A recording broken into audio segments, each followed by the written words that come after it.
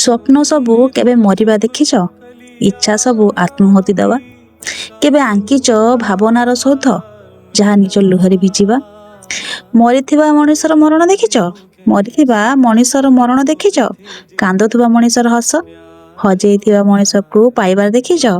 ଓଲଟା ପୃଥିବୀ ଘୁରିବା ଦେଖିଛ? ଓଲଟା ପୃଥିବୀ ଘୁରିବା ଦେଖିଛ? ହ୍ୟାଲୋ ସାଙ୍ଗମାନେ, ପୁଣି ଆସିଗଲି ଗୋଟେ ନୂଆ ଭିଡ଼ିଓ ନେଇକି। ଆପଣମାନଙ୍କ ମୋ ଭିଡ଼ିଓକୁ ସ୍ୱାଗତ। ଚାଲନ୍ତୁ, ଆଜି ବେଶୀ କିଛି ଜିନିଷ ନୁହଁ, ଗୋଟେ ସିମ୍ପଲ ଜିନିଷ ଦେଖେନି। ଘର ମାନଙ୍କରେ ପ୍ରାୟତଃ ସମସ୍ତେ ଖାଇଥିବେ କଲରା ଗୋଟା ଭଜା। ବାସ୍ କଲରା, ଛୋଟ ଛୋଟ କଲରା ନେବେ। ମସଲାଟା ଆମର ଯୋଉ କଷା ହେଇଥିଲା, ଆପଣ ବିନା କଞ୍ଚା ମସଲା ବି ଦେଇପାରିବେ।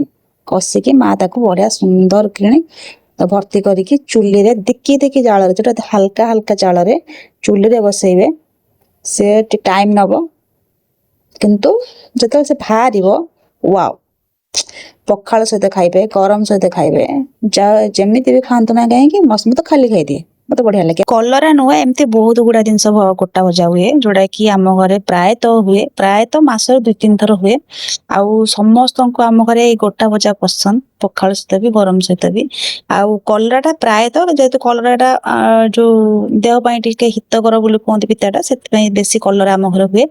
ଆଉ ଆପଣ ମାନେ କୋଉଟାରେ ଗୋଟା ଭଜା ଖାଇଛନ୍ତି, କୋଉ ପରିବାରେ, ମତେ ନିଶ୍ଚିତ ଜଣେଇବେ।